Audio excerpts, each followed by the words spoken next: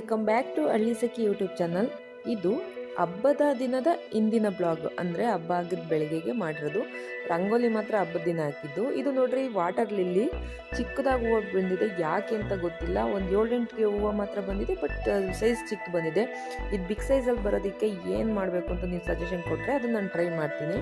ನೋಡಿ, ಜೊತೆಗೆ ನಾವು ಈ ದಿನ ನಮ್ಮ ನಾದಿನಿ ಮೊಮ್ಮಗು ಕೂಡ ಫೋಟೋಶೂಟ್ ಮಾಡಿದ್ವಿ. 7 ಮಂತ್ಸ್ದು.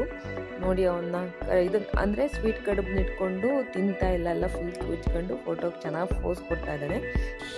ನಾವಿವತ್ತು ಖಾರದ ಕಡುಬನ್ನ ಹೇಗೆ ಮಾಡೋದು ಅಂತ ನೋಡೋಣ. ಅದು ಸುಲಭವಾಗಿ, ತುಂಬ ಈಸಿಯಾಗಿ, ಯಾವುದೇ ಹಿಟ್ಟು ಬೇಯಿಸ್ದಂಗೆ, ಅದನ್ನು ಯಾವುದನ್ನು ಅರಿದಂಗೆ ಈಸಿಯಾಗಿ ಮಾಡೋದು ಹೇಗೆ ಅಂತ ನೋಡೋಣ. ಫಸ್ಟು ನಾನು ಇಲ್ಲಿ ಅರಿಶಿಣದ ಎಲೆನ ಕಟ್ ಮಾಡ್ಕೊತಾ ಇದ್ದೀನಿ. ನೋಡಿ, ಇಲ್ಲಿ ಅರಿಶಿಣದ ಎಲೆ ಕಟ್ ಮಾಡಿಕೊಂಡು ಇದರಲ್ಲೂ ಮಾಡ್ಬೋದು, ಬಾಳೆಲೆಲ್ಲೂ ಮಾಡ್ಬೋದು. ಜೊತೆಗೆ ಇದು ನೋಡಿ ಸ್ವೀಟ್ ಕಡುಬು, ಇದನ್ನು ಶಾರ್ಟ್ ವಿಡಿಯೋದಲ್ಲಿ ತೋರಿಸಿದ್ದೀನಿ. ಈಗ ನಾವಿಲ್ಲಿ ಖಾರದ ಕಡುಬು ತೋರಿಸ್ತಾ ಇದ್ದೀವಿ. ಇಲ್ಲಿ ನಮ್ಮಮ್ಮ, ಅಂದರೆ ನಮ್ಮ ಮನೆಯವರ ಅಮ್ಮ ಮಾಡ್ತಾಯಿದ್ದಾರೆ ಖಾರದ ಕಡುಬು. ಸೌದೆ ಒಲೆಯಲ್ಲಿ ಮಾಡ್ತಾಯಿದ್ದಾರೆ. ನಮ್ಮ ಅಕ್ಕ ಅಮ್ಮ ಎಲ್ಲ ಸೇರ್ಕೊಂಡು ಮಾಡ್ತಾಯಿದ್ದಾರೆ.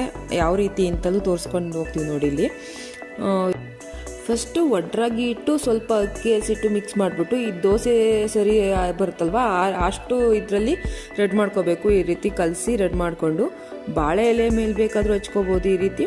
ಇಲ್ಲ ಅಂದರೆ ಅರಿಶಿಣದ ಎಲೆಯಲ್ಲೂ ಹಾಕ್ಬೋದು. ನಾವು ಅರಿಶಿಣದ ಎಲೆಯಲ್ಲೂ ಸ್ವಲ್ಪ, ಬಾಳೆ ಎಲೆಯಲ್ಲೂ ಸ್ವಲ್ಪ ಮಾಡಿದ್ದೀವಿ. ನೋಡಿ, ಈ ಥರ ಎಲ್ಲ ಫುಲ್ಲು ಒಂದು ಸುತ್ತಲೂ ಬಾಳೆ ಎಲೆ ಸುತ್ತಲೂ ಈ ಥರ ಹಚ್ಕೊಂಡು ಮಧ್ಯ ಕಡುಬಿಡೋ ರೀತಿ ರೆಡ್ ಮಾಡ್ಕೋಬೇಕು. ಖಾರದ ಕಡುಬನ್ನ ನಾವು ಹಬ್ಬದಲ್ಲಿ, ಗಣೇಶನ ಹಬ್ಬದಲ್ಲಿ ಮಾಡ್ತೀವಿ. ಪ್ರತಿ ವರ್ಷ ಅಮ್ಮ ಗಣೇಶನ ಹಬ್ಬದಲ್ಲಿ ಮಾಡ್ತಾರೆ. ಇನ್ನು ಮಾಮೂಲಿ ಟೈಮಲ್ಲೆಲ್ಲನ ಉಸಿರೊಡೆ ಅಂತ ಇಡ್ಲಿ ಪಾತ್ರೆಗೆ ಜೋಡಿಸಿ ಮಾಡ್ತೀವಿ. ಅದು ಕೂಡ ವಿಡಿಯೋ ಇದೆ. ಉಸಿರೊಡೆಗೆ ಯಾವ್ಯಾವ ಕಾಳು ನೆನೆಸಿ ಯಾವ ರೀತಿ ಮಾಡಿದ್ದೀವೋ ಸೇಮ್ ಪ್ರೊಸೀಜರೇ ಇಲ್ಲೂ ಕೂಡ ನಾವು ಬಳಸಿರೋದು. ಬಟ್ ಅಲ್ಲಿ ಹಂಗೆ ಡೈರೆಕ್ಟಾಗಿ ಇಡ್ತೀವಿ ಉಸಿರೊಡೆನ. ಇಲ್ಲಿ ಅಂದರೆ ಕಡುಬು ರೀತಿ ಪ್ರೆಸ್ ಮಾಡಿ ಎಲ್ಲ ಮಿಕ್ಸ್ ಮಾಡಿರ್ತೀವಿ. ನೋಡ್ರಿ, ಇದೇ ಉಸಿರೊಡೆಗೆ ರೆಡ್ ಮಾಡ್ಕೊಂಡ್ರೆ ಐಟಮ್ಸು. ಇದಿಷ್ಟು ಬೇಕು ಅಂದರೆ ನಾವು ತುಂಬ ಜನ ಇದ್ವಿ. ಅವ್ರ ಮನೇಲೇ ಮಾಡೋದ್ರಿಂದ ಎಲ್ಲರೂ ಅಲ್ಲೇ ತಿಂಡಿಗೆ ಹೋಗಿರೋದ್ರಿಂದ ಇಷ್ಟು ಜಾಸ್ತಿ ಇತ್ತು. ನೋಡಿ, ಈ ರೀತಿ ಉಂಡೆ ಮಾಡಿಕೊಂಡು ಬಾಳೆ ಎಲೆಗೆಲ್ಲ ಸರ್ವಿದ್ವಲ್ವಾ, ಅದ್ರ ಮಧ್ಯ ಇಡಬೇಕು. ಇಟ್ಬಿಟ್ಟು ಬಾಳೆ ಎಲೆನ ಮರ್ಚಬೇಕು.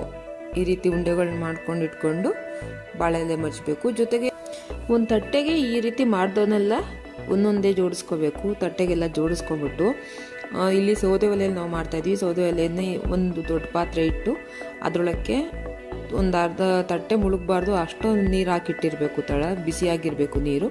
ಈಗ ಈ ಪ್ಲೇಟ್ನ, ಬಾಳೆ ಎಲೆದೆಲ್ಲ ತುಂಬಿಟ್ಟಿದ್ವಲ್ಲ ಆ ಪ್ಲೇಟ್ನ ಅದರೊಳಗಿಟ್ಟು ಮೇಲ್ಗಡೆ ಒಂದು ಪ್ಲೇಟ್ ಮುಚ್ಚಬೇಕು. ಒಂದು 10-15 ನಿಮಿಷ ಆದರೆ ಬೆಂದಿರುತ್ತೆ ಖಾರದ ಕಡುಬು. ಆ ಎಲೆ ಎಲ್ಲ ಕಲರ್ ಚೇಂಜ್ ಆದಾಗಲೇ ಗೊತ್ತಾಗುತ್ತೆ ಬೆಂದಿದೆ ಅಂತ. ಈಗ ನೋಡಿ, ರೆಡಿಯಾಗಿದೆ, ಬೆಂದಿದೆ ಖಾರದ ಕಡುಬು. ಇದನ್ನು ಚಟ್ನಿ ಜೊತೆ ಸರ್ವ್ ಮಾಡಿದ್ರೆ ತುಂಬ ಚೆನ್ನಾಗಿರುತ್ತೆ. ನೋಡಿ, ಬಿಸಿ ಬಿಸಿ ಖಾರದ ಕಡುಬು ರೆಡಿಯಾಗಿದೆ. ಹೆಲ್ತಿನೂ ಕೂಡ, ಸಾಂಪ್ರದಾಯಿಕ ಅಡುಗೆನೂ ಕೂಡ. ಅಂದರೆ ಗಣೇಶನ ಹಬ್ಬದಲ್ಲಿ ಈ ರೀತಿ ಮಾಡ್ತೀವಿ. ಮಾಮೂಲಿ ಟೈಮಲ್ಲೆಲ್ಲ ನಾವು ಹಬೆ ವಡೆ ಮಾಡ್ಕೊತೀವಿ. ನೋಡಿ ಎಷ್ಟು ಚೆನ್ನಾಗಿ ಬಂದಿದೆ ಅಂತ. ಒಳಗೂ ಕೂಡ ನೀಟಾಗಿ ಬೆಂದಿದೆ ನೋಡಿ. ಓಕೆ ಸ್ನೇಹಿತರೆ, ಈ ವಿಡಿಯೋ ಏನಾದರೂ ನಿಮ್ಗೆ ಇಷ್ಟ ಆದರೆ hallisakhi ಯೂಟ್ಯೂಬ್ ಚಾನಲ್ ಲೈಕ್ ಮಾಡಿ, ಶೇರ್ ಮಾಡಿ, ಸಬ್ಸ್ಕ್ರೈಬ್ ಮಾಡಿ ಸ್ನೇಹಿತರೆ. Thank you for watching.